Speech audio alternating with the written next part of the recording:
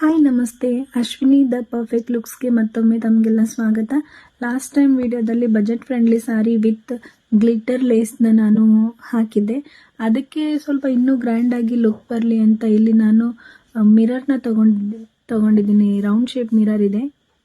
So ಇದನ್ನು ಸ್ವಲ್ಪ apply ಮಾಡಿಬಿಟ್ಟು ಗ್ರ್ಯಾಂಡ್ ಲುಕ್ ಮಾಡೋಣ ಅಂತ ಹೇಳಿಬಿಟ್ಟು, ಮತ್ತು ಇಲ್ಲಿ ನಾನು ಸೀಕ್ವೆನ್ಸ್ ಕೂಡ ತಗೊಂಡಿದ್ದೀನಿ. ಅದು ಕೂಡ ಸಿಲ್ವರಲ್ಲೇ ಇದೆ.